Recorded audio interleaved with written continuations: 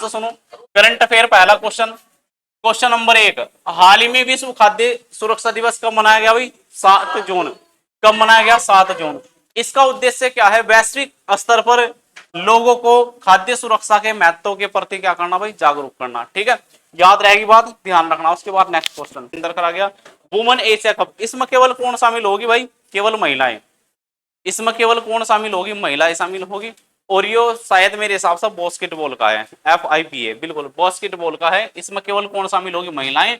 इसका आयोजन करा जाएगा चाइना के अंदर। 31वें नंबर का है चाइना। इसकी राजधानी क्या भाई? चाइना की बीजिंग। और प्रेसिडेंट सी जिनपिंग। ठीक है भाई, चाइना की लोकेशन ध्यान रखना। देखो ये इतना बड़ा चाइना हो गया, पहले ये इतना हुआ करा था, और ये तिब्बत को भी इसने क्या कर लिया? अपने अंदर शामिल कर लिया, यानी कि तिब्बत पर क्या कर लिया? पूरा अधिकार कर लिया। ठीक है भाई, चलो भारत की सीमा चाइना से लगे, ध्यान रखना। हाल ही में जापानी ब्रोकरेज फॉर्म नोमुरा ने वित्तीय वर्ष, देखो ब्रोकरेज फॉर्म नमूना ने वित्तीय वर्ष 2026 में भारत की जीडीपी के बारे में ध्यान रखना। ग्रोथ डोमेस्टिक प्रोग्रेस, ठीक है, वृद्धि दर कितने प्रतिशत रहने का अनुमान लगाया है? ये अनुमान लगाया भाई 6.2% का। जीडीपी बहुत ही इंपॉर्टेंट है। जिस देश की जीडीपी ज्यादा होगी वो ज्यादा अमीर होगा, जिस देश की जीडीपी क्या होगी? कम होगी, वो ज्यादा क्या होगा? कम गरीब होगा। ठीक है भाई, जीडीपी सकल घरेलू उत्पाद भी सब बोला जा, ध्यान रखना। जापानी ब्रोकरेज फॉर्म नोमुरा ने वित्तीय वर्ष 2026 के लिए भारत की जीडीपी वृद्धि दर को घटाकर 6 पॉइंट कितना भाई? 2 बताया है। ठीक है भाई, या पहले कितनी थी भाई? 6.5। ठीक है, और 9.2 की वृद्धि दर से कम है। ठीक है, छोटो कोई बात नहीं है। इसका अनुमान 3 जून 2025 को जारी किया गया। यह संकेत देता है कि भारत की अर्थव्यवस्था में धीमी गति देखी जा सकती है।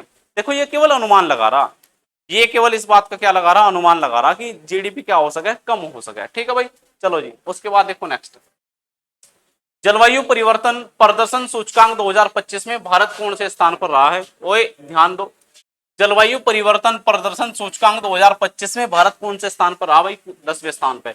ये तो आप अच्छे से जानो, जलवायु परिवर्तन के मामले में जैसे गर्मी में गर्मी और ज्यादा बढ़ रही, सर्दी में सर्दी और ज्यादा बढ़ रही, तो ऐसा बोला जा जलवायु परिवर्तन, और जलवायु परिवर्तन के लिए एक सूचकांक जारी करा जा तो ऐसा बोला जाएगा जलवायु परिवर्तन सूचकांक। ठीक है भाई, इसमें भारत का स्थान कौन सा रहा भाई? 10वें स्थान रहा। ठीक है, पहले से लेकर तीसरी रैंक अब तक इसमें खाली है। ठीक है भाई, चौथे स्थान पर कौन है भाई? डेनमार्क है। ठीक है, यहाँ आपको इंडेक्स बिल्कुल नजर आ रही होगी। 3 स्थान पर पहले कोई भी शामिल नहीं है, चौथे स्थान पर क्या है? डेनमार्क है। और भारत का स्थान इसमें कहाँ है भाई? इंडिया का स्थान है कौन सा भाई? 10वां स्थान। ठीक है, चलो उसके बाद देखो नेक्स्ट, किस राज्य सरकार ने वंदे गंगा जल संरक्षण, कौन सा भाई? वंदे गंगा जल संरक्षण अभियान शुरू करा है। वंदे गंगा जल संरक्षण अभियान शुरू करा है, किसने करा भाई? राजस्थान ने। आप अच्छे से जानो भाई, गंगा जल का महत्व राजस्थान के अंदर अलग है। ठीक है, तो इसकी शुरुआत कहां करी गई? राजस्थान में।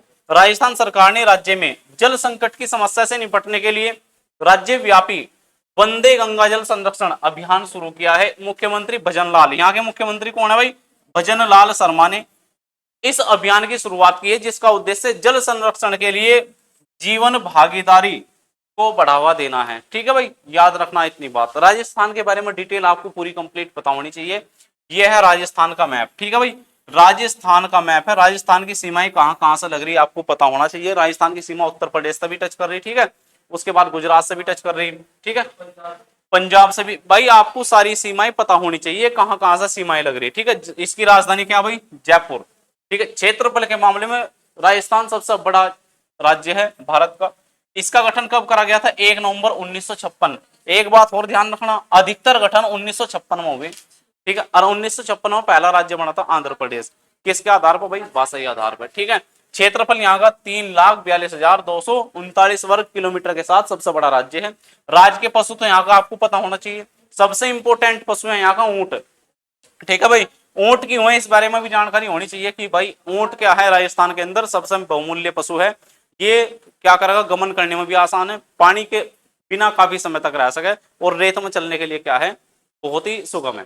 ठीक है, राज के पशु कौन सा, पक्षी कौन सा भाई यहाँ का? ये है गोडावण। उसके बाद फूल कौन सा? रोहिड़ा। वृक्ष कौन सा? खेजड़ी। ठीक है, यहाँ के थोड़े से शब्द आपको ऐसे ही मिलेंगे। यहाँ की भाषा एक तो हिंदी भी राजस्थानी भी है। मुख्यमंत्री, पहले मुख्यमंत्री हीरालाल शास्त्री, प्रथम राज्यपाल कौन थे भाई? सवाई मान सिंह। सीटें कितनी? 10, 25, 200। ये बात आपको बिल्कुल पता होनी चाहिए, ठीक है। चलो, किस राज्य का मोनार्क खींचन, ये तो आपको बताया था मैंने, क्वेश्चन एक दिन पहले भी कराया था, बहुत इंपॉर्टेंट क्वेश्चन है भाई। मोनार्क खींचन रामसर साइट घोषित हुआ है, तो भाई रामसर साइट घोषित करा गया है राजस्थान के 2 स्थलों को रामसर साइट के अंदर क्या करा गया? घोषित करा गया, ठीक है। और कोई बच्चा बता सके कि इन सहित अब रामसर साइट की संख्या कितनी होगी? 91, ठीक है भाई, ध्यान रखना। अब भारत में की रामसर साइट कितनी होगी भाई? 91। 2 अभी हाल ही में शामिल करी गई, एक तो मोनार, एक खींचन। कौन से राज्य से संबंधित है? ये है भाई राजस्थान से। भारत के पर्यावरण संरक्षण प्रयासों को एक महत्वपूर्ण बढ़ावा देने के लिए राजस्थान के 2 आर्द्र भूमि, कितने भाई? 2 आर्द्र भूमि खींचन, ठीक है। और कौन सा भाई? ये एक खींचन है, एक दूसरा कौन सा भाई? ठीक है, ये इसका ध्यान रखना। देखो, ये मेनार या मेनार, राजस्थानी जो भाषा में ना प्रोनाउंसिएशन में थोड़ा सा फर्क आ जा, हम इसे क्या बोल लेंगे? मेनार, ये बोल लेंगे मेनार, ठीक है। को अंतरराष्ट्रीय महत्व की रामसर साइट सूचियों में शामिल किया गया है। इस घोषणा के साथ भारत की कुल रामसर साइटों की संख्या कितनी होगी? 91। ये आपको बिल्कुल ध्यान रखना, ठीक है। रामसर साइट का मतलब क्या है? ये नाम कहां सा है? ये बात मैंने आपको बता रखी। ईरान का एक शहर है रामसर, उसके अंदर एक इंडेक्स जारी करी जाए, बोला जा रामसर साइट, ठीक है भाई, याद रहेगी बात। रामसर साइट का महत्व। चलो जी, हाल ही में डिटोल ने किसे अपना नया ब्रांड एम्बेसडर बनाया? तो भाई इसका नाम ध्यान रखना, ये कौन है भाई?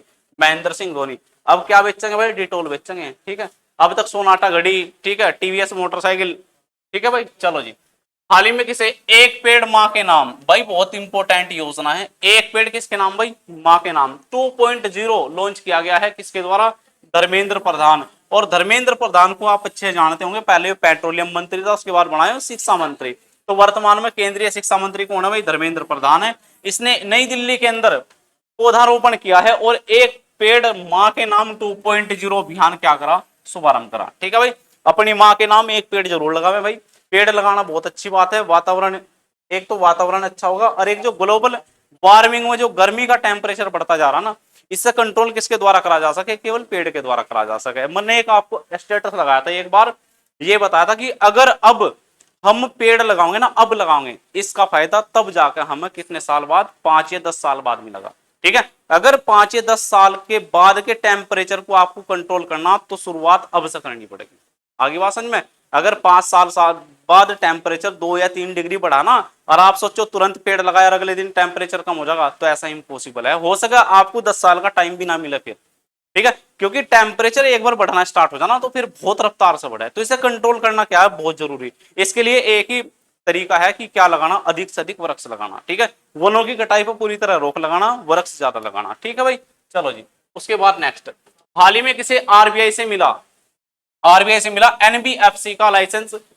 आरबीआई से एनबीएफसी का लाइसेंस किसे मिला भाई? आरबीआई से मिला फ्लिपकार्ट को। फ्लिपकार्ट सबसे ज्यादा है, अगर आप देखोगे ना, ज्यादा प्रोडक्ट किस पर? फ्लिपकार्ट पर सबसे अधिक product.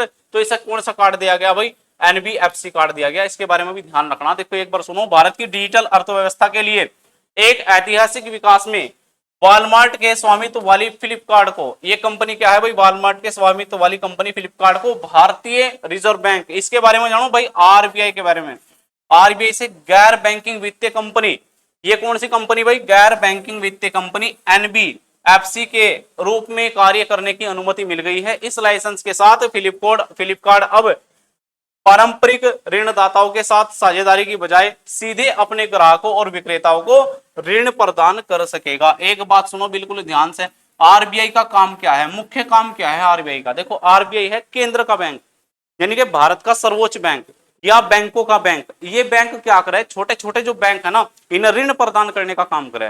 Repo rate, reverse repo rate आपने सुना होगा इकोनॉमिक्स में, ठीक है। तो आरबीआई का काम एक तरह से पहला काम क्या है कि बैंकों को पैसा देना, और फिर उनसे जो पैसा देगा, जो ब्याज होगा वो लेना, और फिर उसका क्या करना, मतलब और पैसा बढ़ाना। तो ऐसे ही ये भी फ्लिपकार्ट भी अब क्या करेगा? डायरेक्ट अपने ग्राहकों को क्या देगा? लोन प्रदान करेगा, ठीक है। इस लाइसेंस प्राप्त हो गया। यह पहली बार है कि जब किसी भारतीय ई कॉमर्स कंपनी को ऐसा, देखो ये कॉमर्स कंपनी को ऐसा लाइसेंस मिला है जिससे ऑनलाइन रिटेल में फिटनेस एकीकरण को नई नीति मिलेगी, ठीक है। अब एक बात सुनो, जैसा आपने एक देखा होगा घरेलू बैंक, सुना इनके बारे में, या आपने सुना होगा कभी छोटे छोटे आपके गांव में जो किस्त वाले आवे ना, घूमते फिरे, ठीक है। आरबीआई ने इन्हें भी लाइसेंस नहीं दिया। क्यों नहीं दिया? आरबीआई ने कहा कि भाई अगर आप अपना पैसा निवेश करें ना ब्याज के रूप में, तो आप उसके खुद ही क्या होंगे, जिम्मेदार होंगे। मान लो आपने किसी से पैसा ले लिया और कहा कि भाई हमें इतना पैसा चुकाएंगे, तो आप अगर उसका पैसा नहीं दे रहे ना, तो इसके लिए वो आपकी रिपोर्ट कहीं दर्ज नहीं कर सकता, क्योंकि वो पैसा उसने अपने रिस्क पर दिया। आरी बात समझ में? आरबीआई ने साफ उन्हें कह रखा भाई जो फाइनेंस का काम करे कि अगर आपका पैसा डूबता है तो इसमें इसमें आप किसी प्रकार की कोई एफआईआर नहीं करने की या आरबीआई की कोई भी जिम्मेदारी नहीं होने की। अपने रिस्क पर पैसा दो, अपने रिस्क पर पैसा लो। आ रही बात समझ में? चलो जी, देखो भाई, हाल ही में कनाडा में रहने वाले G7 सम्मेलन में भारत का प्रतिनिधित्व किसके द्वारा किया गया? देखो, कनाडा में होने वाले G7 सम्मेलन में भारत का प्रतिनिधित्व किसके द्वारा करा गया? भाई कनाडा में सम्मेलन हो रहा G7, G7 का मतलब ग्रुप ऑफ 7 कंट्री, तो इसमें शामिल होंगे भारत के नरेंद्र मोदी। ठीक है, G7 के बारे में मैंने आपको सारी बात बताई और इसमें शामिल करा जाएगा नरेंद्र मोदी को। ठीक है भाई, इसके प्रतिनिधित्व कौन करेंगे? प्रधानमंत्री। चलो जी, नॉर्वे शतरंज महिला टूर्नामेंट किसके द्वारा जीता गया है? नॉर्वे शतरंज महिला टूर्नामेंट किसके द्वारा जीता गया? भाई अन्ना मूजिचक के द्वारा जीता गया। ठीक है भाई, इसकी राजधानी क्या है? ओस्लो। प्रधानमंत्री जोनास गहर स्टोरे और यहाँ के राजा, मैंने आपको बताया था कि यहाँ प्रधान राष्ट्रपति नहीं होता, यहाँ क्या होगा? राजा होगा। इस राजा का नाम क्या है? किंग हेराल्ड पंचम। ठीक है भाई, ये ध्यान रखना। मैग्नस कार्लस ने 7वां नॉर्वे शतरंज खिताब जीता है। अन्ना मोजिचुक ने महिला में कितना? भाई अन्ना मोजिचुक ने स्पर्धा जीती है शतरंज। नॉर्वे के ग्रैंड मास्टर, भाई शतरंज के जो खिलाड़ी से क्या बोला जा? ग्रैंड मास्टर बोला है शतरंज जीतने वाले को। और दुनिया के नंबर 1 खिलाड़ी मैग्नस कार्लसन ने अस्टावेजर में अपना 7वां नॉर्वे शतरंज टूर्नामेंट 2025 का खिताब जीत लिया है। इस बात को आपको क्या रखना? बिल्कुल ध्यान रखना। ग्रैंड मास्टर के बारे में तो जानते होंगे। ठीक है भाई, दिल्ली में चौथे भारत मध्य एशिया संवाद, भारत मध्य एशिया संवाद, मध्य एशिया के बारे में जानो भाई? मध्य एशिया के बारे में सारे बच्चे जाना है क्या? भारत और मध्य एशिया में जितने यूएई, ईरान, इराक, ये सब किसमें? मध्य एशिया में। इनके बीच क्या हुई भाई? संवाद। संवाद का मतलब बातचीत को संवाद बोला जा। किसने मेजबानी किसके द्वारा करी गई? भाई doctor S Jaishankar. Doctor S Jaishankar के बारे में जानो, ये भारत के क्या है भाई? विदेश मंत्री। ठीक है, मेजबानी किसके द्वारा? एस जयशंकर के द्वारा करी गई।